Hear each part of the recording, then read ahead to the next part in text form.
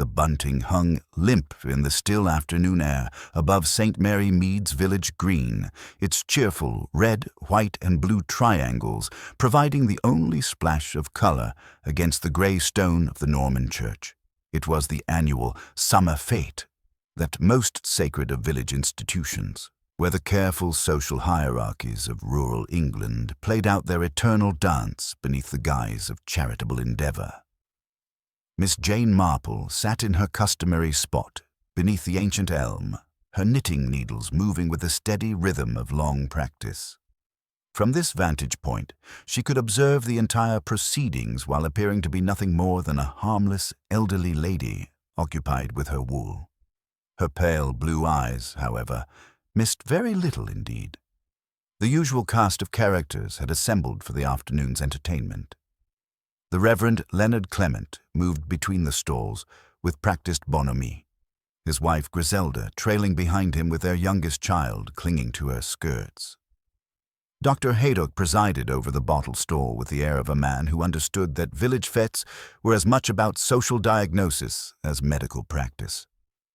Mrs. Price Ridley had positioned herself strategically near the cake stall, where she could monitor both the quality of the offerings and the propriety of the conversations around her. But it was Mrs. Eleanor Hartwell who drew Miss Marple's particular attention that afternoon.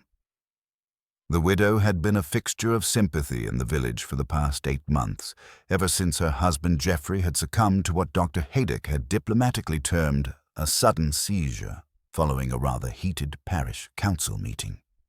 Eleanor had played her role as the grieving widow with appropriate dignity, black crape, subdued manner, and just the right amount of brave suffering to earn the village's approval. Today, however, something had changed. Mrs. Hartwell moved through the crowd with an almost buoyant step, her mourning attire replaced by a dress of soft gray silk that seemed to catch the afternoon light. More telling still was the expression on her face. Not the careful mask of controlled grief the village had grown accustomed to, but something approaching genuine contentment. When she paused at the white elephant stall to examine a particularly hideous vase, Miss Marple observed the ghost of a smile playing at the corners of her mouth. "Remarkable recovery, wouldn't you say?" murmured Colonel Melchett, settling into the chair beside Miss Marple with a grunt of satisfaction. "Eleanor Hartwell looks positively blooming. Time heals all wounds and all that." "Indeed," Miss Marple replied mildly, her needles never pausing, though one might wonder what particular medicine has proved so efficacious. The Colonel followed her gaze to where Mrs. Hartwell was now engaged in animated conversation with young Timothy Forsyth, the bank clerk who had recently returned from London under somewhat mysterious circumstances. There was an intimacy in their exchange that went beyond mere neighborly pleasantries, and Miss Marple noted how Mrs. Hartwell's gloved hand briefly touched the young man's sleeve as she spoke. "Ah," said the Colonel, his military mustache twitching with understanding. "Like that, is it?" Miss Marple made no reply, but her attention was caught by another observer of this little tableau. Mrs. Dolly Bantry stood frozen beside the jam stall, her usually animated features set in an expression of profound shock. Following Mrs. Bantry's horrified gaze, Miss Marple saw what had so disturbed her friend. Mrs. Hartwell was laughing, actually laughing, at something Mr. Forsyth had whispered in her ear. It was not the polite social laughter of a woman making conversation, but something genuine and delighted, entirely inappropriate for a widow of less than a year's standing. The afternoon wore on with its familiar rhythms. The raffle was drawn. Mrs. Hartwell won a bottle of elderflower wine and accepted it with unseemly pleasure. The children's races were run, with the usual disputes about fair starts and crossed finish lines, and the Reverend delivered his traditional speech about community spirit and Christian charity. As the sun began to sink toward the horizon, casting long shadows across the green, the crowd began to thin. It was then that Miss Marple noticed Mrs. Hartwell slip away from the main gathering, moving with purpose toward the small copse that bordered the churchyard. Mr. Forsyth, she observed, had disappeared some minutes earlier in the same direction. Miss Marple's knitting needles paused for just a moment before resuming their steady rhythm. 20 minutes later, young Tommy Fletcher came racing across the green, his face white with shock and his voice cracking as he called for Dr. Haydock. The boy had been collecting cricket balls from the long grass near the copse when he had made his discovery. They found Mrs. Eleanor Hartwell seated peacefully on the old stone bench beneath a yew tree, her grey silk dress arranged with perfect propriety around her. Her eyes were closed, and upon her face was an expression of such serene contentment that she might have been enjoying a particularly pleasant dream. Only the unnatural stillness of her form and the small dark stain on her bodice suggested that Mrs. Hartwell's dreams had become eternal. Dr. Haydock's examination was swift but thorough. "Poison," he announced grimly to the shocked gathering. "Something quick-acting, I'd say. Probably administered within the last hour." As the village constable was summoned and the inevitable chaos of sudden death began to unfold, Miss Marple remained in her chair beneath the elm, her knitting forgotten in her lap. She was thinking about smiles, about the particular quality of contentment that had marked Mrs. Hartwell's features throughout the afternoon, and about the even more profound serenity that death had brought to her face. It was, Miss Marple reflected, the smile of a woman who had finally gotten exactly what she wanted. The question that remained was whether what she had wanted was worth dying for, or whether someone else had decided that what she wanted was worth killing for. The summer fete was over, but Miss Marple suspected that the real entertainment was just beginning. By evening, the news of Eleanor Hartwell's death had woven itself through every cottage and manor house in St. Mary Mead with the peculiar efficiency that tragedy achieves in small communities. Curtains twitched with unusual frequency. Telephone bells rang with urgent persistence, and the post office became an unofficial headquarters for the dissemination of facts, theories, and speculation in roughly equal measure. Miss Marple found herself reluctantly at the center of an impromptu gathering in the vicarage drawing-room, summoned by Mrs. Bantry's insistence that Jane's particular gift for noticing things might prove invaluable. The assembled company represented the village's unofficial council of judgment. Mrs. Price Ridley, with her formidable bosom heaving with righteous indignation, Colonel Melchett stroking his mustache thoughtfully, Dr. Haydock looking professionally grave, and the Reverend and Mrs. Clement wearing expressions of Christian concern tinged with very human curiosity. "The matter is perfectly obvious," declared Mrs. Price Ridley, her voice carrying the authority of one who had never entertained doubt. "That young man, Timothy Forsyth, is clearly responsible. I saw them together myself, thick as thieves, laughing in a most unseemly manner for a woman barely 8 months widowed. No doubt he was after her money, and when she refused his advances, he poisoned her in a fit of passion." Dr. Haydock cleared his throat diplomatically. "The preliminary examination suggests a quick-acting alkaloid, administered sometime between 4 and 5 o'clock. The victim would have had perhaps 15 to 20 minutes before losing consciousness. No glass or container was found near the body, which suggests either careful planning or fortunate circumstance for the perpetrator." Colonel Melchett frowned. "Bit obvious, though, isn't it? If young Forsyth meant murder, why choose such a public venue? And I'm told he disappeared from the fete at precisely the crucial time. Hardly the behavior of a careful murderer." "Because," Mrs. Price Ridley replied with crushing certainty, "young men in the grip of passion don't think clearly. Besides, who else could it be? Eleanor had no enemies. She was the most inoffensive creature imaginable." Miss Marple's knitting needles paused for just a moment. "How interesting," she murmured. "Though I confess I found Mrs. Hartwell's demeanor this afternoon rather remarkable." Mrs. Bantry leaned forward eagerly. "In what way, Jane?" "Well, she seemed extraordinarily content for someone about to meet such a tragic end, almost as if she had received some particularly welcome news." Miss Marple's pale blue eyes moved thoughtfully around the room. "Of course, happiness can be quite as dangerous as sorrow in its way. It makes people careless about concealing their true feelings." Mrs. Clement, who had been silent until now, shifted uncomfortably.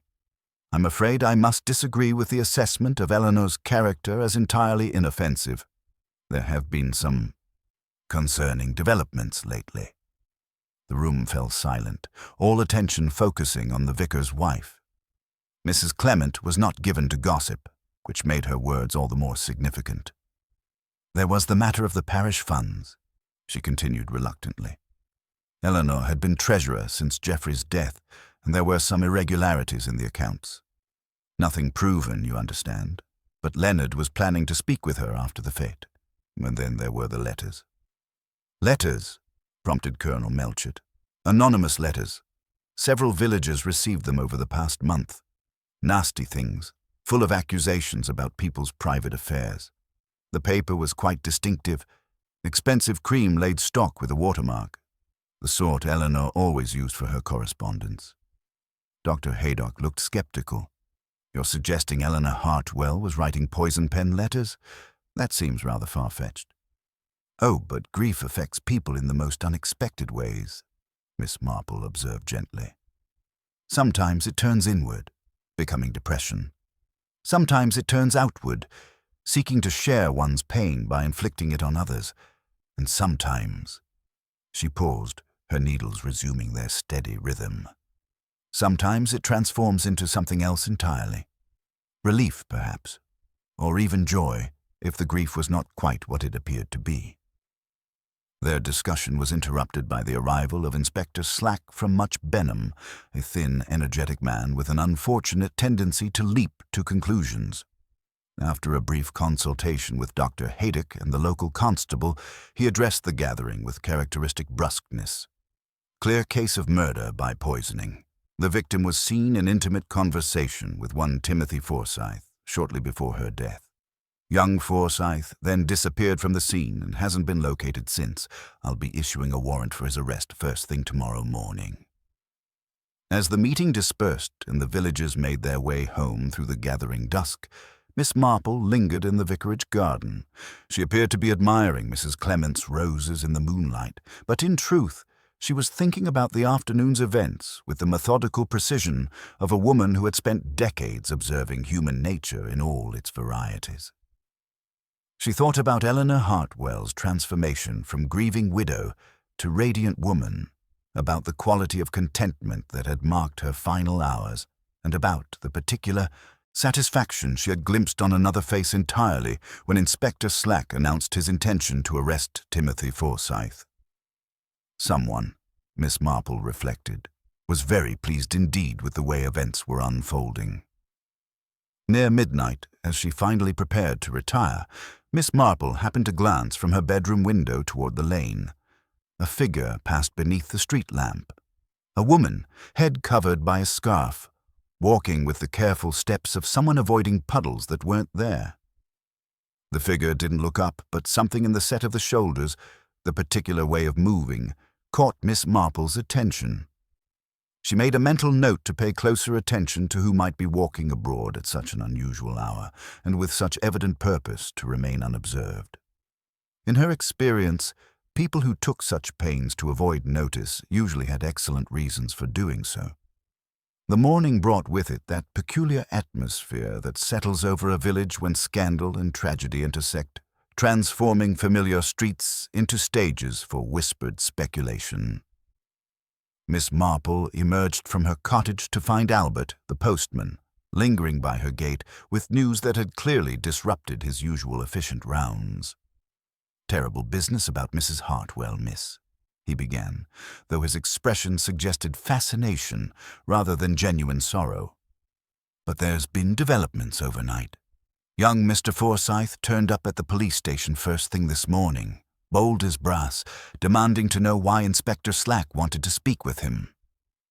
Miss Marple paused in her examination of the morning glories climbing her fence. "How very interesting. And what did he have to say for himself?" "Claims he was nowhere near the cops when the poor lady died. Says he left the fete early for a job interview in Much Benham. The station master confirms he caught the 4:15 train and returned on the 6:30. Got proper witnesses, he has." This information required considerable reflection. If Timothy Forsyth could indeed account for his whereabouts during the crucial period, then Inspector Slack's obvious solution became considerably less obvious. Miss Marple found herself remembering the intimate conversation she had observed between the young man and Eleanor, wondering what urgent business could have drawn him away at such a moment. Her contemplation was interrupted by Mrs. Bantry's determined approach. "Jane, you simply must come with me. Mrs. Hartwell's sister won't arrive until this afternoon, and Constable Polk mentioned the cottage won't be sealed until then. This may be our only opportunity to observe things properly." The Hartwell cottage sat at the end of Daisy Lane, its immaculate garden speaking of considerable attention and expense. Inside, the drawing room revealed nothing unexpected, but Eleanor's private study proved more illuminating. The desk was a masterpiece of organization, with correspondence sorted by date and sender, bills paid and filed with mathematical precision. "Look at this, Jane," Mrs. Bantry called from beside a small escritoire. "Her personal stationery, that expensive cream paper, and here's something quite odd." She held up a sheet covered with practice lettering, the same phrase written repeatedly in different hands. "Your secret is known." Miss Marple examined the paper with genuine interest, almost as if she were experimenting with disguising her handwriting. She moved to the appointment diary lying open on the desk, scanning entries for the past month. Most were routine, but one caught her attention. 3 weeks prior, Eleanor had written simply, "TF, arrangement confirmed."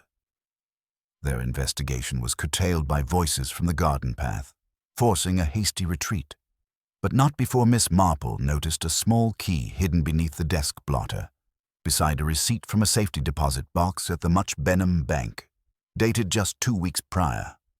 Later, at Prowse & Son Stationers, the proprietor confirmed their suspicions about the cream-laid paper. Mrs. Hartwell took a full box 6 weeks ago, unusual choice for most correspondents, but she always insisted on the best. Mrs. Price Ridley bought a packet last week too, said it was for the Mothers' Union circular. The post office provided another piece of the puzzle. Mrs. Groves leaned conspiratorially across the counter. "Yesterday about 3 o'clock, Mrs. Hartwell posted a letter, cream envelope, weighed it herself as if she didn't trust me, addressed to Reverend Clement, which struck me as odd. Why not just walk it round to the vicarage?" Dr. Haydock intercepted them outside, bearing news that cast the entire matter in a different light. "The toxicology results are in.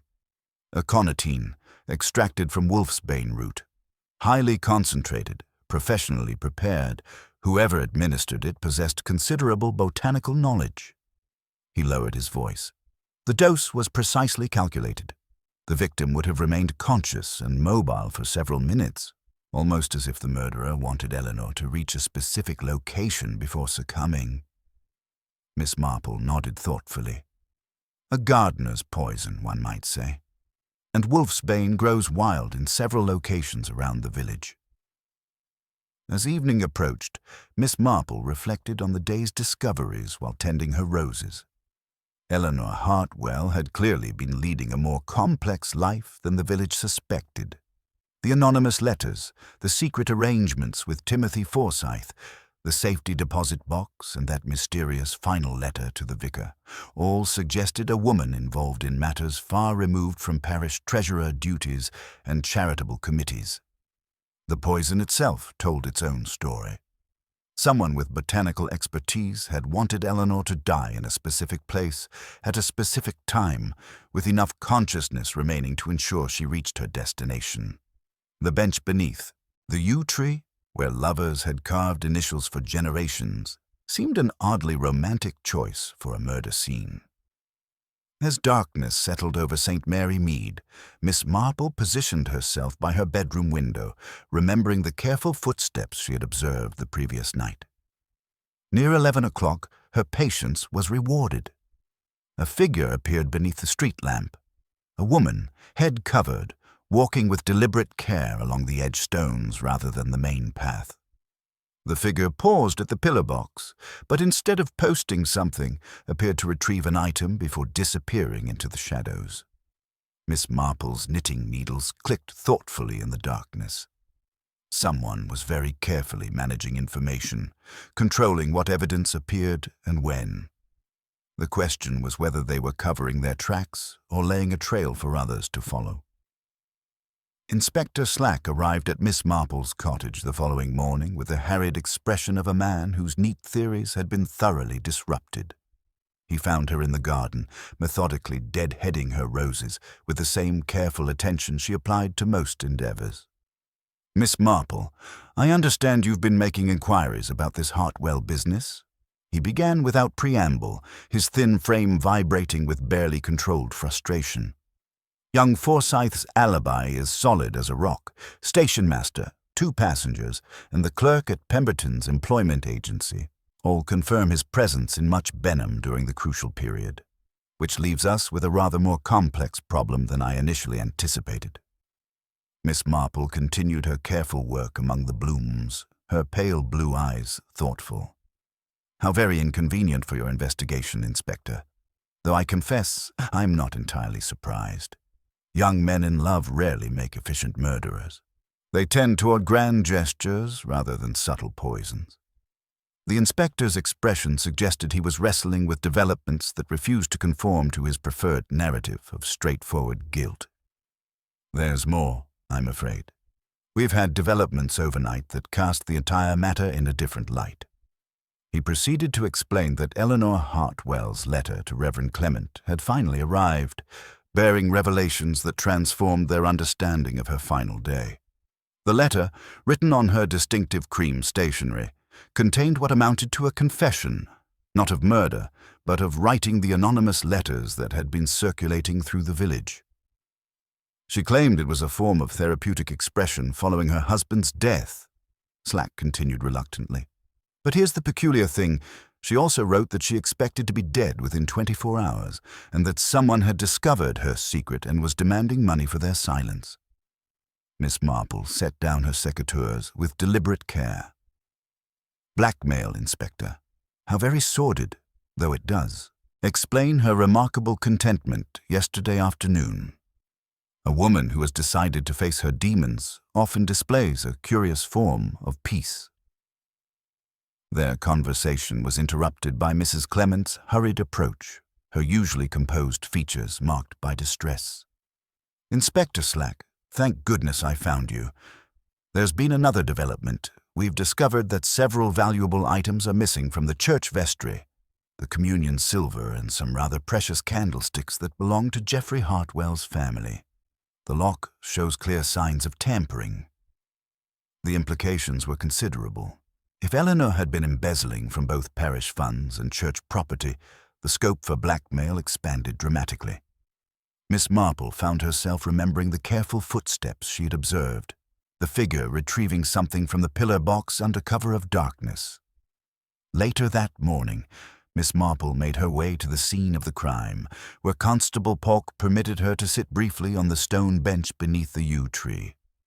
The area had been tidied, but not so thoroughly that all traces had vanished.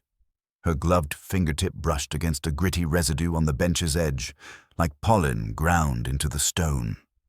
When she touched it cautiously to her lips, a gesture so natural it passed without notice, there followed the faintest tingling numbness. "Wolfsbane residue," she murmured to herself, not repeating the dangerous experiment. Someone had prepared the poison here, or very nearby, with considerable botanical knowledge. Her subsequent visit to Gossington Hall proved illuminating. Mrs. Bantry led her to an artful bed by the folly, where several tall stems of wolfsbane stood in blue-helmed profusion, but half a dozen empty sockets marked the soil like pulled teeth. "Someone took roots," Mrs. Bantry observed, bending to examine the neat spade work. "And here, heel marks, small ones. A woman's boot, I'd say." "Small feet can be deceiving," Miss Marple murmured thoughtfully. "They have belonged to some of the most determined women I've known." The afternoon brought an unexpected arrival to Daisy Lane. A tall, spare woman in traveling clothes, with eyes that held the weariness of one who had learned to sleep on trains. Beatrice Rowan, Eleanor's sister, carried with her revelations that cast the family dynamics in an entirely new light. There were quarrels over Geoffrey's will, she explained when Miss Marple and Mrs. Bantry called with neighborly sympathy. Geoffrey included a particularly cruel clause. If Eleanor remarried within a year of his death, she would forfeit a substantial settlement. He knew perfectly well what it would do to her. Eleanor pretended it didn't signify, but she'd been wearing colors again, then suddenly returned to morning dress. She'd made up her mind about something. Miss Marple's knitting needles paused thoughtfully. "And did your brother-in-law have enemies, Mrs. Rowan?" "Everyone becomes the enemy of a man who delights in petty rules and accusations," Beatrice replied with barely concealed bitterness. "Geoffrey accused me of encouraging improvidence, accused Eleanor of dishonesty, and died after making a tremendous scene at a parish meeting about lukewarm stewardship among the church committee." As evening approached, Miss Marple reflected on the day's discoveries while tending her evening primroses. Eleanor Hartwell had been involved in writing anonymous letters, possibly embezzling from church funds, certainly being blackmailed, and constrained by a vindictive will that punished any attempt at happiness. Yet she had died with an expression of perfect contentment. The pieces were forming a pattern, but not the obvious one Inspector Slack preferred. Someone had orchestrated Eleanor's death with considerable care, someone who understood both her vulnerabilities and her desperate desire for freedom. The poison had been prepared by an expert, administered with precision timing, and the scene carefully arranged to suggest different motives to different observers. Most telling of all was the mysterious figure Miss Marple had observed retrieving something from the pillar box after Eleanor's death. Someone was managing information, controlling what evidence appeared and when. The question was whether they were covering their tracks or laying a trail for others to follow. As she prepared for bed, Miss Marple positioned herself once again by her window. Near midnight, her patience was rewarded by the sight of a familiar figure moving carefully along the lane, head covered, walking with the deliberate steps of someone avoiding notice. This time, however, the figure paused beneath the street lamp just long enough for Miss Marple to catch a glimpse of a face she recognized and to detect the faint scent of violets carried on the night air. The widow who had smiled at midnight was beginning to reveal her secrets, but Miss Marple suspected the most dangerous revelations were yet to come. Inspector Slack arrived at the village green that morning with the expression of a man whose carefully constructed theories had been demolished by inconvenient facts. Timothy Forsyth's ironclad alibi had left him without an obvious suspect, and the revelation of Eleanor Hartwell's anonymous letter campaign had opened a Pandora's box of potential motives that stretched across half the village. Miss Marple found him pacing beside the war memorial, his thin frame radiating frustration. The woman was a walking scandal factory, he declared without preamble. Anonymous letters, missing church silver, possible embezzlement from parish funds, and blackmail threats. Half the village had reason to want her silenced.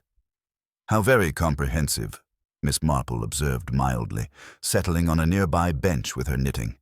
"Though one might wonder which particular secret proved fatal. In my experience, Inspector, the most dangerous secrets are often the most ordinary ones, the kind that respectable people will do anything to protect."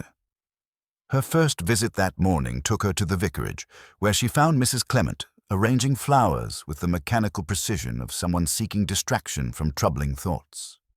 The vicar's wife looked pale and distracted, her usually steady hands trembling slightly as she adjusted the stems. "Such a terrible business about Eleanor," Mrs. Clement murmured, not meeting Miss Marple's eyes. "To think she was writing those dreadful letters.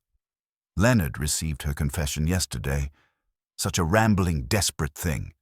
She claimed someone had discovered her secret and was demanding money for silence." Miss Marple's keen nose detected the faint scent of violets clinging to Mrs. Clement's sleeve, an old-fashioned fragrance that seemed oddly out of place in the morning air. How distressing for you both.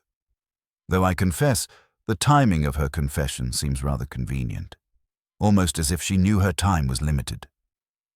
A flicker of something, fear, guilt, crossed Mrs. Clement's features before she turned back to her flowers. Miss Marple made a mental note of the violet scent and the nervous energy that seemed to radiate from the vicar's wife. Her subsequent visit to Mrs. Price Ridley proved equally illuminating.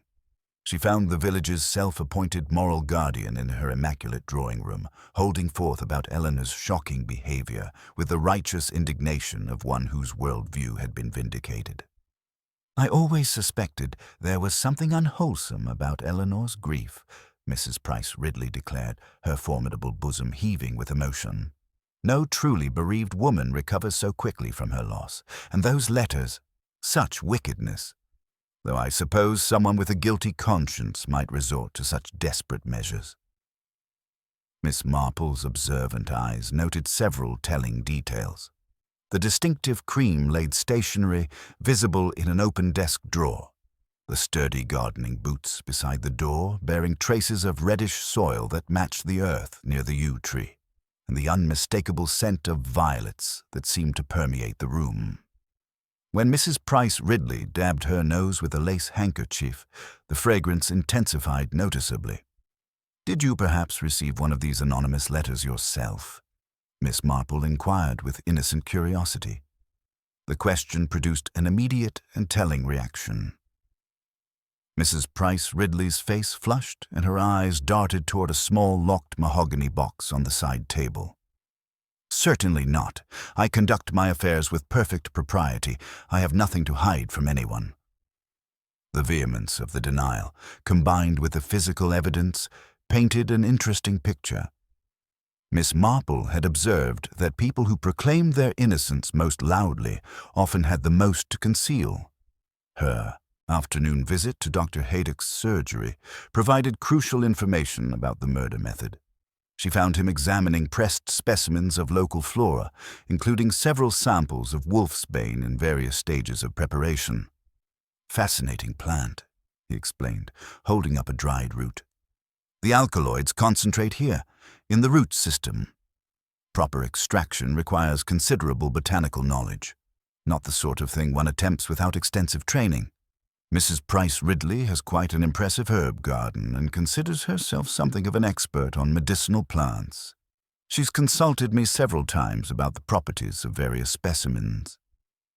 As evening approached, Miss Marple reflected on the day's discoveries while tending her garden. The pattern was becoming clearer. Eleanor Hartwell had been conducting a campaign of manipulation that extended far beyond anonymous letters. Someone with botanical expertise had prepared the aconitine with professional precision, and that same someone had been moving through the village under cover of darkness, managing information and controlling evidence. The violet scent that connected Mrs. Clement and Mrs. Price Ridley suggested a collaboration, or perhaps a more complex deception. Miss Marple had learned to distrust coincidences, particularly when they involved two of the village's most respectable women. Near midnight, as she maintained her vigil by the window, Miss Marple was rewarded by the sight of a familiar figure moving carefully along the lane. This time, however, she was prepared.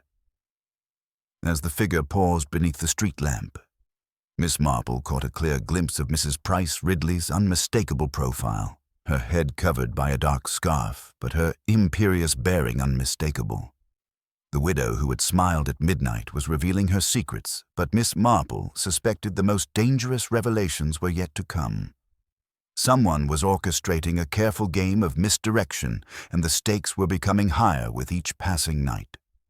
The preliminary inquest convened in the parish hall with that peculiar mixture of solemnity and barely suppressed excitement that marked village gatherings touched by scandal. Miss Marple positioned herself in the third row, her knitting providing perfect camouflage for her keen observations of the assembled company. Dr. Haydock delivered his medical evidence with professional precision. Death by aconitine poisoning, absorbed through skin contact or ingestion, with consciousness preserved long enough for the victim to reach her chosen location beneath the yew tree. Inspector Slack followed with visible frustration, outlining Timothy Forsyth's ironclad alibi and the absence of any container near the body. When Reverend Clement produced Eleanor's final letter, written on her distinctive cream stationery, the atmosphere in the hall grew electric with anticipation. The confession was damning. Eleanor admitted to writing the anonymous letters that had terrorized the village, justifying them as a means of airing truths no one would speak. More ominously, she claimed that a person had discovered her secret and was demanding money for silence. The discovery that changed everything. The inquest had barely concluded when Constable Polk arrived, breathless, with news that transformed the investigation entirely. The missing church silver had been discovered wrapped in cream paper beneath the privet hedge along Mrs. Price Ridley's back garden path. Miss Marple observed Inspector Slack's examination with particular interest, noting 3 crucial details that seemed to escape official attention. The paper showed no creases where heavy silver would have pressed during transport. The blue grocer's twine was finished with a left-handed butcher's knot, and the faint scent of altar polish suggested the items had been properly stored before their mysterious theft. Mrs. Price Ridley's reaction was immediate and telling. Her face flushed deep crimson, her hands trembled visibly, and when she proclaimed her conscience unblemished, the very vehemence of her denial rang false to Miss Marple's experienced ears. The discovery felt theatrical, almost deliberately arranged to implicate the village's most prominent moral guardian. Unraveling the web of deception, Miss Marple's afternoon visit to Timothy Forsyth proved illuminating beyond her expectations. She found the young man packing to leave St. Mary Mead, his face drawn but determined. Under her gentle questioning, he revealed the true nature of his relationship with Eleanor, not romance, but a carefully orchestrated business arrangement that cast the entire mystery in a new light. Eleanor was helping me rebuild after my family's financial ruin, Timothy explained, his voice heavy with exhaustion. She offered me a substantial loan from private funds she kept separate from Jeffrey's estate. But there was a condition. She wanted me to pretend to be her suitor, to make it appear she was contemplating remarriage. She said it was to smoke out a viper, though I didn't understand what she meant at the time. The implications were staggering. Eleanor had been using Timothy as bait in an elaborate trap, exploiting the cruel clause in Jeffrey's will that would forfeit her inheritance upon remarriage. Her contentment at the fete hadn't been the joy of newfound love, but the satisfaction of a plan reaching its culmination. The blackmail revelation. Inspector Slack's subsequent visit to Miss Marple brought news that completed the picture of Eleanor's complex machinations. Her safety deposit box had yielded evidence of systematic blackmail extending back months. Letters, photographs, and bank records revealing that she had been extracting money from half the village.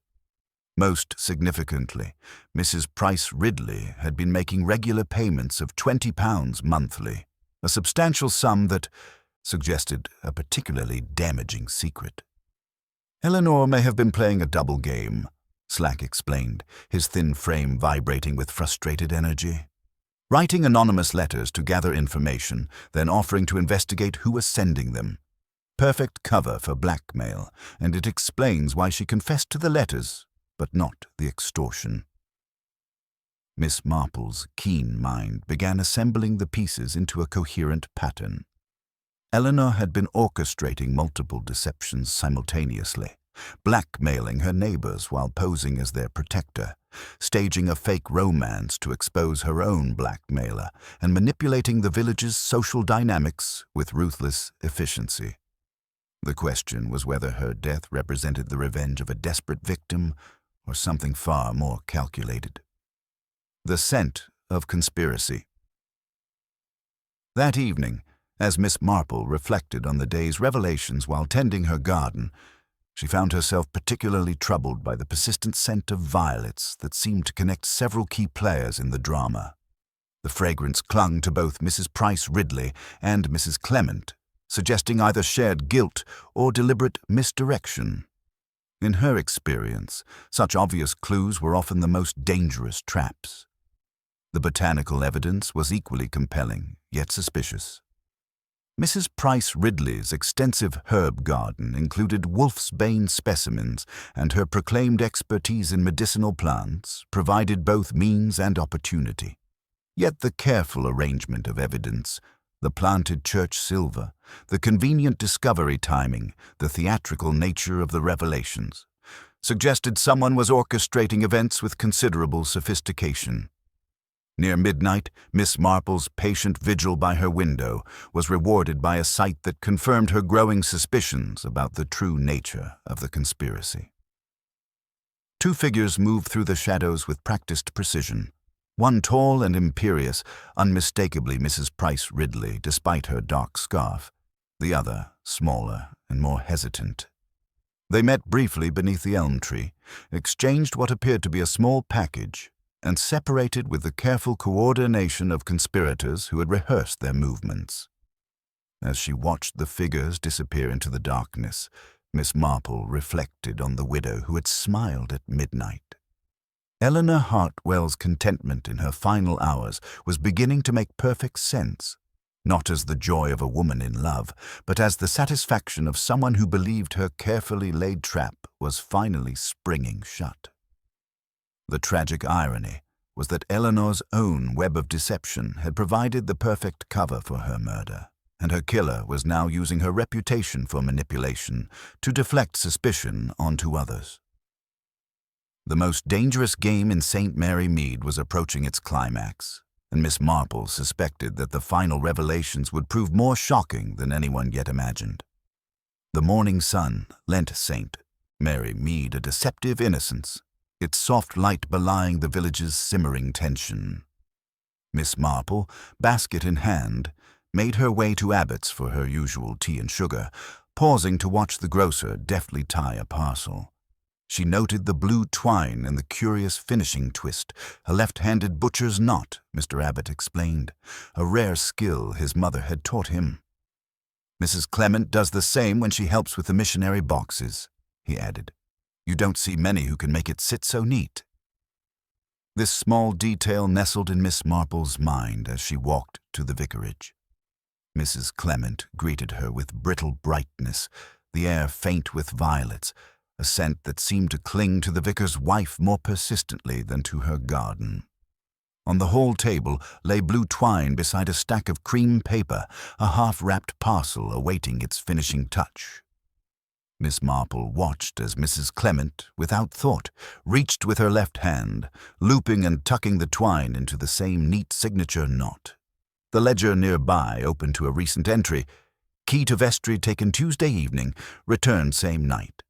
Suggested a careful orderliness, but Miss Marple's practiced eye wondered if such order sometimes concealed as much as it revealed. They spoke quietly of Eleanor Hartwell's letter, its confession of anonymous letters and mention of blackmail, and Mrs. Clement's hands trembled when the conversation skirted the subject of the missing church silver. Miss Marple, gently, remarked on the peaceful air of the churchyard at night. One sleeps better for a turn beneath the elm, and caught a flicker of alarm on Mrs. Clement's face, quickly masked behind a polite smile. The bell rang, and Inspector Slack entered, reins still on his shoulders and triumph in his eyes. He produced an expensive envelope, postmarked the previous night, its cream-laid paper familiar. The letter, unsigned, asserted that Geoffrey Hartwell's death months before had been a conitine poisoning, and that the vicar's wife can tell you about the aconite at Gossington. The room chilled as Inspector Slack announced his intention to seek exhumation. Mrs. Clement sat stricken, whispering, "Eleanor's malice goes on. Even dead she arranges mischief."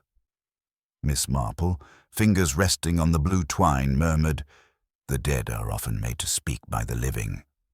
After Slack's departure, Mrs. Clement led Miss Marple to her tidy study.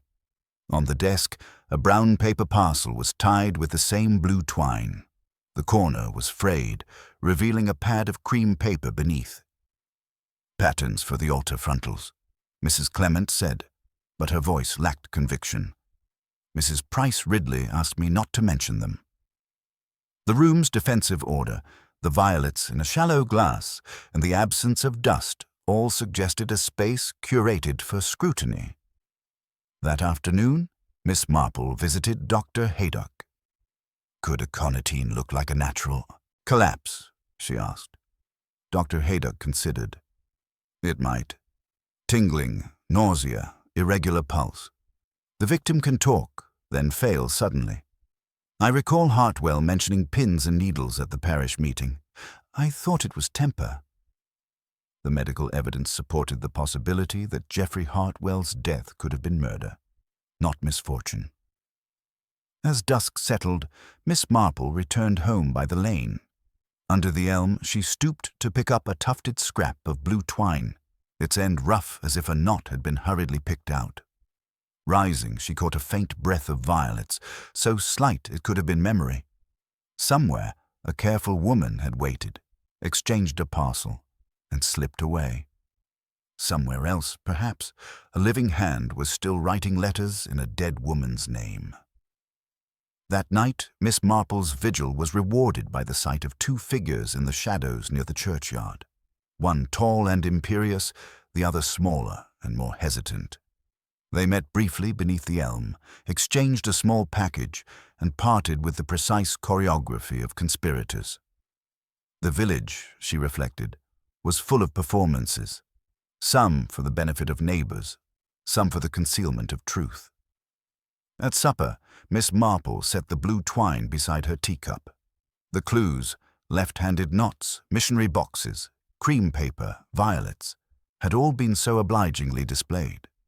Yet, as she had learned over long years, the more elaborate the performance, the more homely the truth beneath. Somewhere among the pious intentions and careful misdirections was a quite ordinary motive for murder, tied up as neatly as a parcel in blue twine. The widow who had smiled at midnight had left behind a web of secrets, but Miss Marple sensed that the most dangerous secrets were not Eleanor's, but those of the living, concealed in plain sight, waiting for the gentle but inescapable tug of truth.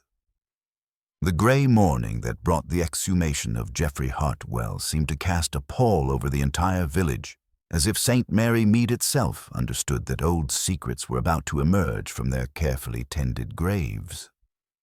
Miss Marple observed the small procession from her cottage window, Dr. Haydock with his professional gravity, Inspector Slack radiating official importance, and the necessary officials from Much Benham moving with the solemnity that such occasions demanded. The revelation that changed everything. By evening, the results had spread through the village with the inexorable efficiency of scandal. Geoffrey Hartwell had indeed died of aconitine poisoning, administered with such precision that his collapse at the parish meeting had appeared entirely natural. The keratin analysis from retained tissue samples showed unmistakable traces of the alkaloid, transforming what had seemed a natural death into calculated murder. Inspector Slack arrived at Miss Marple's cottage that evening with the expression of a man whose investigation had suddenly doubled in complexity. 2 murders, Miss Marple, separated by 8 months, but connected by method and poison. Geoffrey Hartwell was murdered at that parish meeting, which means Eleanor either knew who killed him or was involved herself. Miss Marple's knitting needles paused thoughtfully. How very convenient that Eleanor confessed to writing anonymous letters just before her death, almost as if someone wanted to ensure she would be remembered as a troublemaker, rather than a witness to murder. The hidden diary. The breakthrough came when Inspector Slack's thorough search of the Hartwell cottage revealed Eleanor's true diary, concealed behind a false back in her desk drawer. The entries surrounding Geoffrey's death painted a chilling picture of a woman trapped between knowledge and fear. Her final entry read, G collapsed after drinking tea prepared by committee ladies. Saw hands trembling as cup was passed. Not nerves, but guilt. Know the truth but cannot prove it without destroying an innocent reputation. Must find another way to ensure justice. The implications were staggering. Eleanor had witnessed her husband's murder but had chosen a dangerous game of blackmail over direct accusation, suggesting the killer was someone whose exposure would devastate the village's social fabric. Miss Marple thought of the violet scent that persistently connected Mrs. Clement and Mrs. Price Ridley, of the midnight meetings beneath the elm tree, of the blue twine and cream paper that appeared so conveniently as evidence. Mrs. Price Ridley's botanical expertise. Miss Marple's afternoon visit to Mrs. Price Ridley proved particularly illuminating. She found the village's moral guardian in her conservatory, surrounded by botanical specimens in various stages of preparation. The wolfsbane plants showed clear signs of recent harvesting, and a small distillation apparatus sat on the workbench, its glass surfaces bearing telltale alkaloid residue. "Such terrible business about poor Geoffrey," Mrs. Price Ridley declared, though her hands trembled as she arranged her specimens. "To think he was murdered all those months ago, and we never suspected. Eleanor must have known. Perhaps that's why she seemed so strange lately, writing those dreadful letters." Miss Marple noted the defensive quality of the explanation, the way Mrs. Price Ridley's voice rose slightly when discussing Eleanor's behavior. When asked about the parish meeting where Geoffrey collapsed, Mrs. Price Ridley knocked over a small vial of clear liquid that spread across the workbench with the sharp scent of bitter almonds. "I was serving tea with the other ladies. Everything seemed perfectly normal until Geoffrey began complaining of feeling unwell." The unexpected ally. The evening brought a revelation that transformed Miss Marple's understanding of the entire conspiracy. Mrs. Clement arrived after dark, clutching a small leather journal and trembling with barely controlled emotion. "Miss Marple, I must speak with someone who understands these matters. I've been living with a terrible secret for months." The journal revealed entries in Mrs. Clement's careful handwriting, documenting a systematic campaign of observation that stretched back over a year. She had been watching Mrs. Price Ridley, recording her botanical experiments, noting her access to church funds, and cataloguing a pattern of behavior that suggested someone preparing for murder. "I suspected her after Geoffrey's death," Mrs. Clement explained, her voice barely above a whisper. The way she insisted on preparing the tea herself, her extensive knowledge of plant poisons, her access to the wolfsbane at Gossington Hall. But I needed proof, and Eleanor was the only witness. When Eleanor began her blackmail scheme, I realized she was playing a dangerous game with a woman capable of murder. The Violet Connection. Explained. The pieces of the puzzle were finally arranging themselves into a coherent pattern. Mrs. Price Ridley had murdered Geoffrey Hartwell to silence his accusations about financial irregularities, accusations that would have exposed her systematic embezzlement from church funds. Eleanor had witnessed the murder, but had chosen the perilous path of blackmail over justice, believing she could control the situation while profiting from her dangerous knowledge. Mrs. Clement had been conducting her own investigation, gathering evidence while trying to protect Eleanor from the consequences of her reckless scheme. The violet scent that connected the two women wasn't conspiracy, but camouflage. Mrs. Clement had been using Mrs. Price Ridley's own distinctive perfume to mask her surveillance activities during those midnight observations. The blue twine, the cream paper, the carefully orchestrated discovery of the church silver, all represented Mrs. Price Ridley's desperate attempts to deflect suspicion onto others while eliminating the one witness who could destroy her. The anonymous letter accusing Mrs. Clement had been a final gambit to shift blame onto the very person who had been gathering evidence against her. Miss Marple's growing understanding. As Mrs. Clement departed into the darkness, Miss Marple reflected on the widow who had smiled at midnight. Eleanor's contentment hadn't been the joy of love or the satisfaction of successful blackmail alone, but something far more complex, the peace of a woman who believed her carefully laid trap was finally about to spring shut. She had used Timothy Forsyth as bait, creating the appearance of impending remarriage to force her blackmailer into desperate action. The tragic irony was that Eleanor's own web of deception had provided perfect cover for her murder. Mrs. Price Ridley had simply used Eleanor's reputation for manipulation and her known access to Wolfsbane to deflect suspicion, while eliminating the one person who could expose her as Geoffrey's killer. The most dangerous game in St. Mary Mead was approaching its climax, and Miss Marple suspected that the final confrontation would require all her understanding of human nature to expose a killer who had hidden behind the very respectability she claimed to protect. Tomorrow, she decided, would be the time for her own carefully orchestrated psychological test, one that would finally reveal which of the village's pillars of society had been built upon a foundation of murder. The morning mist clung to St. Mary Mead like a shroud of secrets waiting to be lifted, and Miss Marple understood that the time had come for her most delicate operation. In her long experience of human nature, she had learned that murderers, however clever, possessed one fatal weakness: the compulsive need to control their environment, to ensure that evidence pointed away from themselves. It was this very compulsion that would provide the key to their undoing. The carefully laid trap. Miss Marple's strategy was elegant in its simplicity. She proposed a small gathering in the church vestry under the perfectly reasonable pretext of cataloguing the returned communion silver and preparing missionary parcels for the autumn collection. The setting was crucial, a sacred space where respectable people felt most secure, where their guard would naturally lower among familiar rituals and trusted companions. Mrs. Bantry arrived first, cheerfully oblivious to the undercurrents, followed by Dr. Haydock with his professional gravity.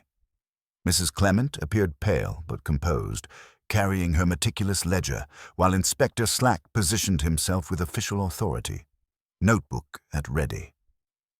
Finally, Mrs. Price Ridley swept in with a bouquet of late roses, the faint but unmistakable scent of violets announcing her presence like a signature. "Such a melancholy duty," Mrs. Price Ridley pronounced, arranging her flowers with practiced precision. "But one must not allow tragedy to interfere with sacred responsibilities." Miss Marple began her gentle orchestration, suggesting they properly wrap the returned silver using supplies from the vestry cupboard: cream paper, blue twine, and labels arranged with deceptive innocence. As the domestic scene unfolded, she watched with the keen attention of a naturalist observing species in their native habitat. The revelation through unconscious habit. The first telling moment came when Miss Marple asked for assistance with the parcels. Mrs. Clement, without conscious thought, reached for the blue twine and began tying with the fluid motion of long practice, left-handed, creating the distinctive butcher's knot that had become her unconscious signature. Inspector Slack noted this carefully, understanding its significance from their previous discussions. "Would you demonstrate your technique, Mrs. Price Ridley?" Miss Marple asked with innocent interest. "Your parcels are always so securely fastened." The pause was fractional but revealing. "My rheumatism troubles me today," came the smooth deflection. "Dear Mrs. Clement has such capable hands." It was the response of someone who understood exactly what was being tested and why. Miss Marple then produced her most potent psychological weapon, a chipped teacup and saucer from the parish cupboard, ordinary white china marked by use and time. "I discovered this among the unwashed items from the night of Geoffrey's parish meeting," she explained with gentle precision. "The set was incomplete when the scouts tidied up. Such a small thing, but it made me wonder about the evening's events." The critical psychological pressure. As Miss Marple turned the cup in her hands, she began her most delicate probe. Science has become so remarkable these days. Inspector Slack tells me that laboratories can sometimes determine which hand stirred a cup by examining the scratch patterns on the glaze. They can even detect trace residues that survive washing. Wolfsbane alkaloids, for instance, leave quite distinctive chemical signatures. The effect was immediate and telling. Mrs. Price Ridley's composed expression flickered, her eyes drawn involuntarily to the teacup's rim, where a faint brown stain marked the porcelain.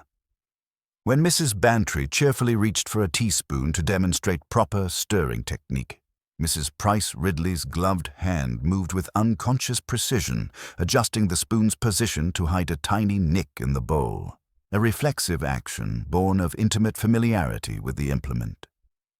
"How thoughtful," Miss Marple murmured, noting the adjustment with satisfaction.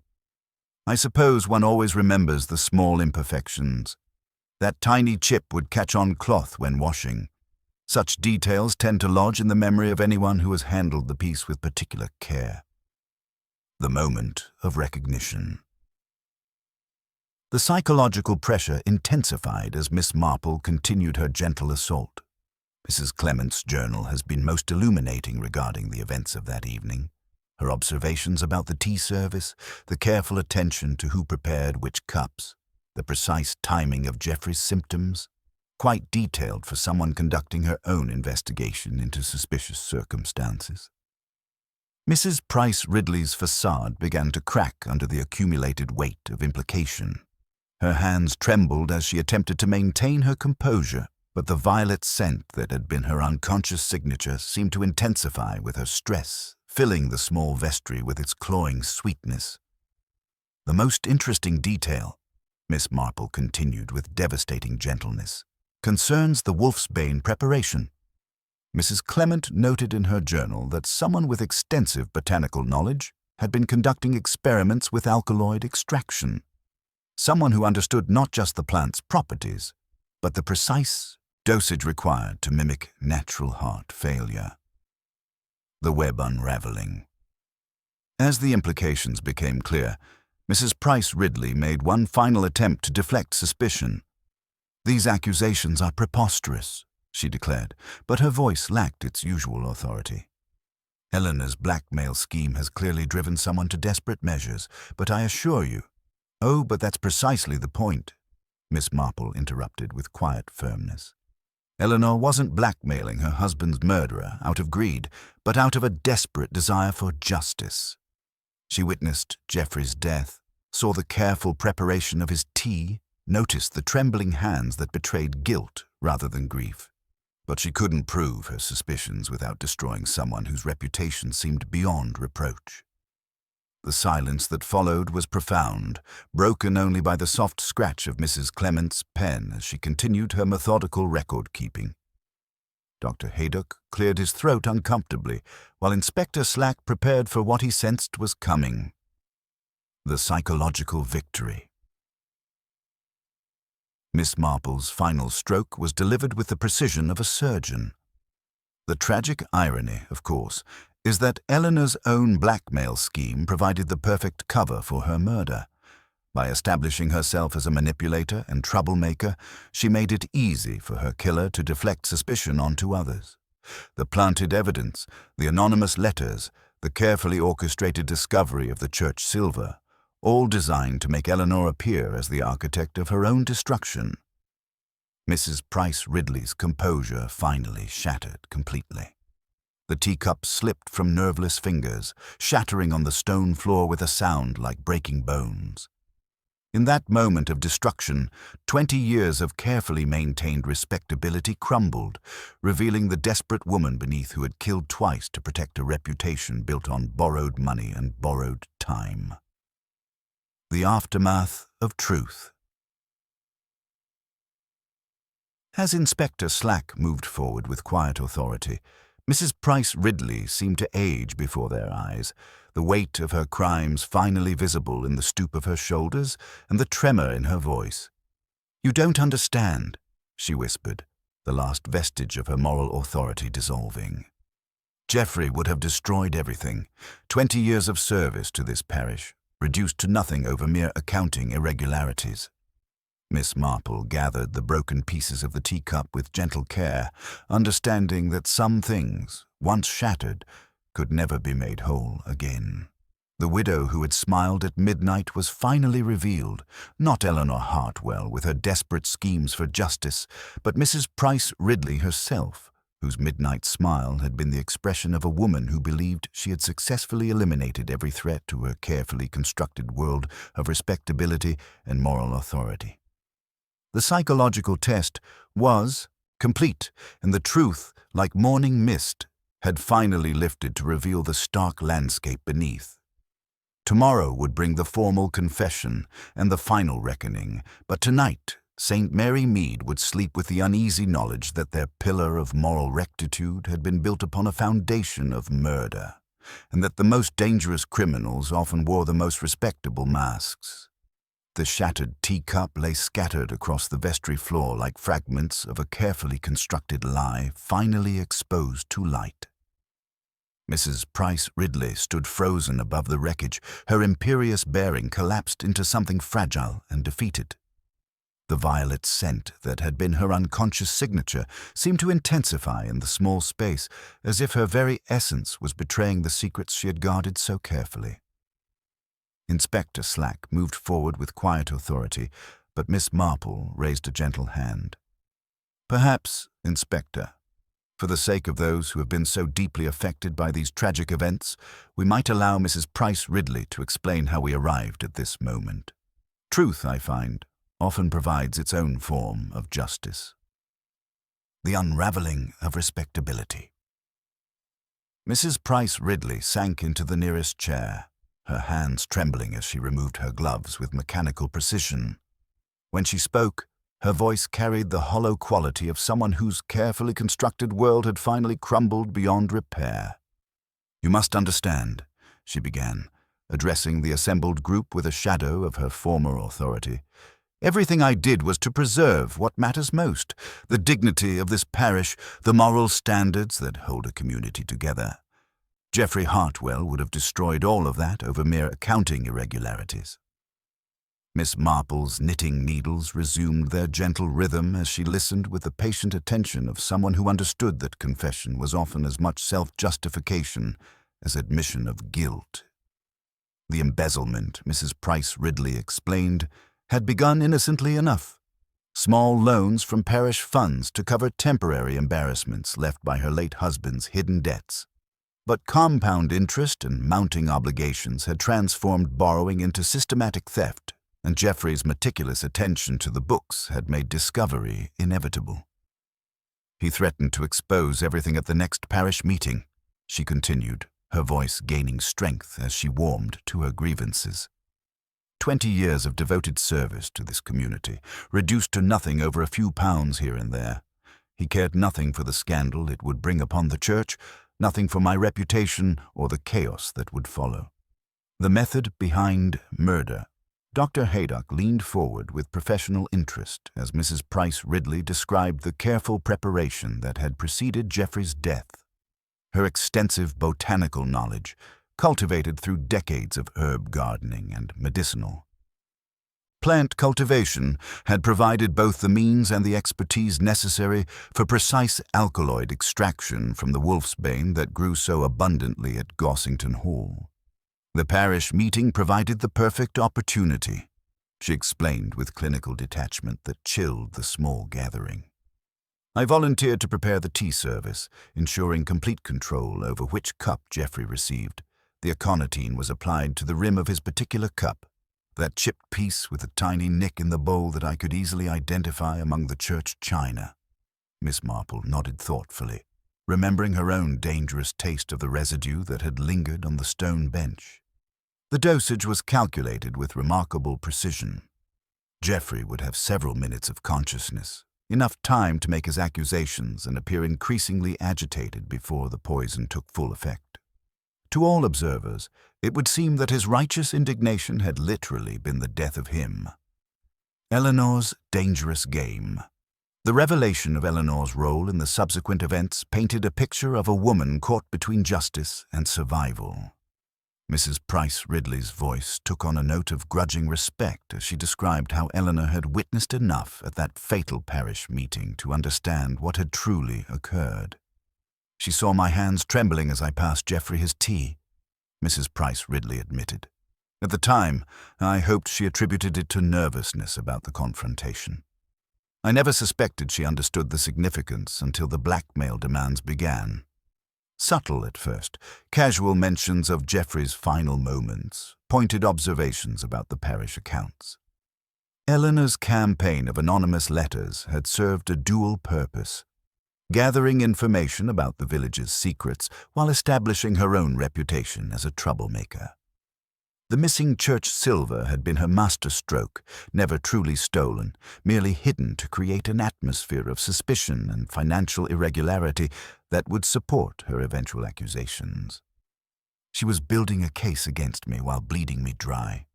Mrs. Price Ridley continued with bitter admiration. The amounts grew from £20 to £50, then to sums that threatened to expose my financial situation entirely.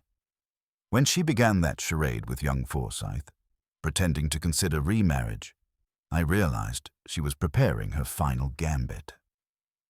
The trap springs shut.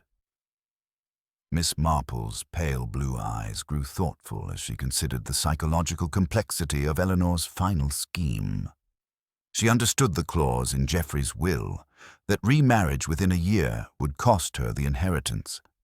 By creating the appearance of impending marriage, she was forcing you to act within a specific time frame. Her contentment at the fete wasn't the joy of a woman in love, but the grim satisfaction of someone whose carefully laid trap was about to spring shut. The second murder had required even more careful planning than the first. Mrs. Price Ridley described how she had prepared a concentrated aconitine solution and applied it to the stone bench beneath the yew tree, knowing Eleanor's habit of sitting there during village events. The victim would have several minutes of consciousness, enough time to reach her favorite spot and arrange herself peacefully before succumbing to the poison. I chose the location deliberately, she explained with chilling practicality. Eleanor would appear to have simply sat down and died, perhaps from the stress of her guilty conscience about those anonymous letters. Her reputation for manipulation would discredit any posthumous accusations she might have arranged. The web of deception. The planted evidence had been Mrs. Price Ridley's desperate attempt to deflect suspicion while eliminating potential witnesses. The church silver, discovered wrapped in cream paper along her garden path, was designed to implicate Eleanor posthumously while providing an alternative motive for murder. The anonymous letter accusing Mrs. Clement had been calculated to shift blame onto the one person who had been systematically gathering evidence against her. Mrs. Clement spoke for the first time since the confrontation began, her voice barely above a whisper. I had suspected the truth about Geoffrey's death for months. My journal documented her botanical experiments, her access to church funds, even her movements on the night she retrieved the wolfsbane. But I needed proof that wouldn't destroy an innocent person's reputation. Miss Marple nodded with understanding. The violet scent that seemed to connect you both was Mrs. Clement's clever camouflage. She used Mrs. Price Ridley's distinctive perfume to mask her own presence during those midnight observations, knowing that the familiar fragrance would deflect suspicion if she were detected. The final evidence. As Inspector Slack prepared the formal arrest, Miss Marple gathered the fragments of the broken teacup with gentle care. It was this ordinary piece of china that provided the final proof, she explained to the stunned gathering. The unconscious familiarity you showed with its imperfections, the way you instinctively adjusted the spoon to hide that tiny nick, your intimate knowledge of how it caught on cloth when washing. These were the actions of someone who had handled that specific cup with particular attention on a night when such attention was deadly. Mrs. Price Ridley's final composure cracked completely as the full weight of her exposure settled upon her. "You don't understand," she whispered, the last vestige of her moral authority dissolving. "I held everything together. I maintained the standards this village required. They would have thanked me if they truly understood what Geoffrey's accusations would have cost us all." The Reckoning. As Inspector Slack led Mrs. Price Ridley away, The vestry fell silent, except for the soft scratch of Mrs. Clement's pen as she made final notations in her meticulous ledger. The village would need time to absorb the shock of learning that their pillar of moral rectitude had been built upon a foundation of embezzlement and murder, that the most dangerous criminal had worn the most respectable mask. Miss Marple remained behind as the others dispersed, her knitting forgotten in her lap as she contemplated the human capacity for self-deception. Mrs. Price Ridley had committed her crimes not in spite of her moral authority, but because of it, unable to conceive of an identity beyond her role as the village's ethical guardian. The widow who had smiled at midnight was finally revealed, not Eleanor Hartwell with her desperate schemes for justice, but Mrs. Price Ridley herself, whose midnight smile had been the expression of a woman who believed she had successfully eliminated every threat to her carefully constructed world. Outside, St. Mary Mead settled into the peculiar quiet that follows the resolution of great scandal. Tomorrow would bring the formal charges and the inevitable gossip. But tonight, the village would sleep with the uneasy knowledge that respectability itself could become a motive for murder, and that the most fundamental betrayals often came wrapped in the language of moral duty. As Miss Marple finally gathered her things and prepared to leave the vestry, she reflected that in the end, it was never the grand passions that proved most dangerous, but the small vanities, the need to arrange, to control, to be seen as righteous. Those betrayed more surely than any fingerprint, and they left marks on the soul that no amount of careful planning could ever fully erase. The mystery of the widow who smiled at midnight was complete, but its lessons about human nature would linger long after the headlines faded and the village returned to its eternal rhythms of birth, death, and the careful maintenance of appearances that made both bearable. The morning after Mrs. Price Ridley's arrest dawned with that peculiar clarity that follows the lifting of long shadows, as if St. Mary Mead itself was exhaling after months of carefully held secrets.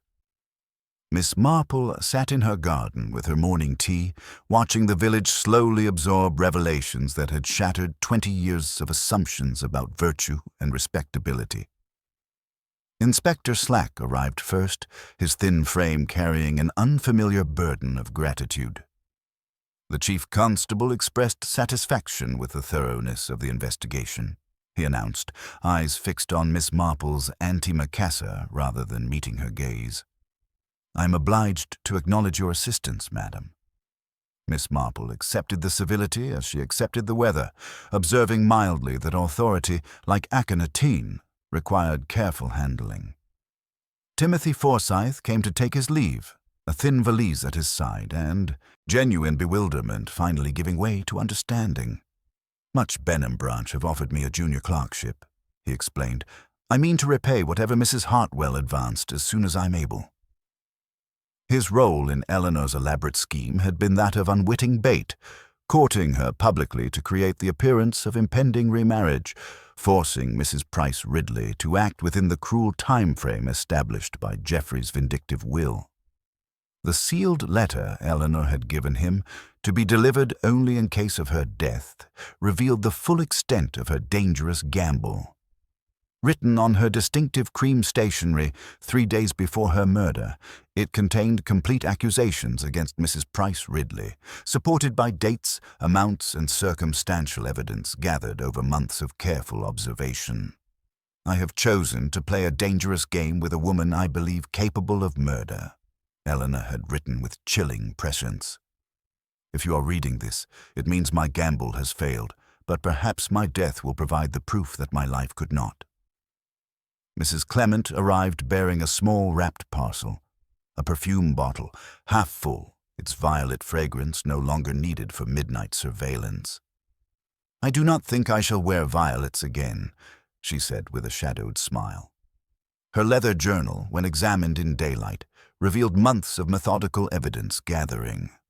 Botanical experiments documented, financial irregularities catalogued, even sketches of wolfsbane specimens in various stages of preparation. It was the patient work of someone who understood that accusations against the village's moral guardian would require overwhelming proof. At the vicarage, Reverend Clement wrestled openly with betrayal, his sermons touching on themes of hidden sin and the corrosive nature of pride. The wound to the church's trust ran deep, but there was also relief. The communion silver returned to its cupboard with the sound of promises kept, the ledgers balanced to the last penny. Mrs. Bantry presided over afternoon tea at Gossington Hall with uncharacteristic solemnity. "The dreadful part," she confided to Miss Marple beneath the cedar, "is how ordinary it all looks once it is over. One thinks there should be a mark in the air where wickedness has been." Miss Marple replied gently that there was indeed such a mark. Like most stains, it would fade if one continued scrubbing at life with sufficient regularity. The psychological complexity of the crimes became increasingly apparent as details emerged. Mrs. Price Ridley had not simply been a thief who graduated to murder, but a woman whose entire identity was built upon moral guardianship. The embezzlement had begun as temporary borrowing to maintain appearances, but compound interest and mounting obligations had transformed necessity into systematic theft. Even during her confession, she spoke of protecting the village's moral standards, as if murder were simply another form of community service. Dr. Haydock, summoned by duty and curiosity, lectured the Mothers' Union on poisonous plants, ending with an unexpected appeal for kindness. "It is easier to poison a reputation than a body," he observed dryly. "I recommend against both." As evening settled, Miss Marple reflected on the widow who had smiled at a midnight. Eleanor Hartwell's contentment in her final hours now made perfect sense, not as joy of a woman in love, but as grim satisfaction of someone whose carefully laid trap was finally springing shut. She had used her own reputation for manipulation as bait, knowing that her death would provide the proof her life could not. The village would heal, as villages do, but it would carry forward a hard-won understanding that respectability itself could be the most dangerous disguise. The most perilous secrets were not always the most scandalous, but those that respectable people would kill to protect. St. Mary Mead had looked into a mirror and disliked what it saw, but perhaps that uncomfortable truth was the beginning of genuine wisdom. In the cool of evening, Miss Marple sat by her window, knitting forgotten in her lap, and considered smiles. Eleanor's had been soft and inward, the smile of release from an impossible burden. The other had gleamed briefly at midnight beneath a street lamp. The tight smile of a player convinced the game was hers. Both women had been playing elaborate games of deception, each believing superior planning could control human nature's unpredictable currents. In the end, it was the simplest truth: unconscious habits, familiar scents, involuntary reactions, that had provided the real evidence. The mystery was solved, but its lessons about the dangerous allure of moral authority would echo through the village's collective memory long after the headlines faded and the careful business of rebuilding trust began. 3 months had passed since Mrs. Price Ridley's arrest, and autumn had settled over St. Mary Mead with the gentle melancholy that accompanies all profound changes. The leaves fell with quiet persistence, carpeting the familiar lanes in shades of amber and rust that seemed to mirror the village's own transformation, beautiful still, but subtly altered by revelations that had shattered comfortable assumptions about virtue and respectability. Miss Marple sat in her accustomed spot beneath the elm on the village green, her knitting needles moving with their customary precision as she observed the afternoon's gentle theatre. The harvest festival preparations were underway, but there was a subdued quality to the proceedings that spoke of innocence lost and trust rebuilt through careful increments rather than natural assumption. The final reckoning. The trial had concluded with swift efficiency that surprised no one familiar with the methodical evidence Mrs. Clement's surveillance had provided. Mrs. Price Ridley was convicted on 2 counts of murder and sentenced to life imprisonment. her defense attorney's attempts to portray her as a victim of circumstance falling flat against the overwhelming proof of premeditation. In her final statement to the court, she had continued to insist that her actions were motivated by concern for the village's welfare, unable even in defeat to acknowledge the fundamental selfishness that had driven her to murder twice. Timothy Forsyth had written from Much Benham, where his position at the bank was proving both stable and satisfying. His letter, delivered that morning, contained news that Eleanor Hartwell's estate had finally been settled. The bulk of her inheritance would establish a scholarship fund for young people seeking to rebuild their lives after family financial disasters. A fitting memorial to a woman whose own desperate schemes had grown from witnessing the destructive power of economic ruin. Individual transformations. Mrs. Clement had emerged from the shadow of suspicion to become something approaching a village heroine, her methodical documentation having provided crucial evidence for the prosecution. She moved through her duties with quiet efficiency, but Miss Marple noted the way her eyes occasionally sought the shadows, as if expecting danger to emerge from familiar places. The violet scent no longer clung to her clothing. She had abandoned that particular fragrance forever, along with the midnight surveillance that had marked her months of solitary investigation. Dr. Haydock paused in his rounds to join Miss Marple beneath the elm, settling with a grunt of satisfaction that suggested the afternoon's medical visits had been routine rather than urgent. "Remarkable how quickly villages adapt," he observed, watching the harvest preparations with professional interest. "Like organisms healing around a wound, the damaged tissue is replaced, but the pattern is never quite the same." The new church treasurer, Mr. Pemberton from Much Benham, arrived twice weekly to oversee the accounts with the thoroughness of someone who understood that trust, once broken, required extraordinary measures to rebuild. The communion silver gleamed with unusual brightness in its locked cupboard, polished perhaps more frequently than strictly necessary by hands that sought reassurance in the performance of sacred duties. The village's new equilibrium. The most profound change was in the village's understanding of respectability itself. The revelation that their most prominent moral guardian had been capable of embezzlement and double murder had forced a painful recognition that surface propriety could mask the deepest corruption. Conversations now carried subtle undertones of wariness, as if everyone had learned to look more carefully at the foundations beneath impressive facades. Yet there was also liberation in this hard-won wisdom. The oppressive weight of Mrs. Price Ridley's moral authority had lifted, replaced by something more genuine, if less certain. People seemed more willing to acknowledge their own imperfections, more inclined toward kindness rather than judgment, as if collective vulnerability had bred a new form of community strength. Miss Marple's final reflections. As evening approached and the harvest preparations concluded for the day, Miss Marple reflected on the complex legacy of the widow who had smiled at midnight. Eleanor Hartwell's desperate gamble had indeed exposed a murderer, but at the cost of her own life and the village's comfortable assumptions about virtue and vice. Her anonymous letters, initially seen as malicious gossip, had revealed uncomfortable truths about the secrets people kept and the lengths they would go to protect them. In her long experience of human nature, Miss Marple had learned that evil rarely announced itself with dramatic flourishes. It crept in quietly, wearing familiar faces and speaking comfortable words, hiding behind respectability until the moment when masks finally slipped and truth emerged like morning light after the longest night. The mystery was solved, the murderer apprehended, and justice achieved. Yet the true victory lay not in the capture of a criminal, but in the quiet, often painful illumination of the human heart, with all its capacity for both darkness and unexpected courage.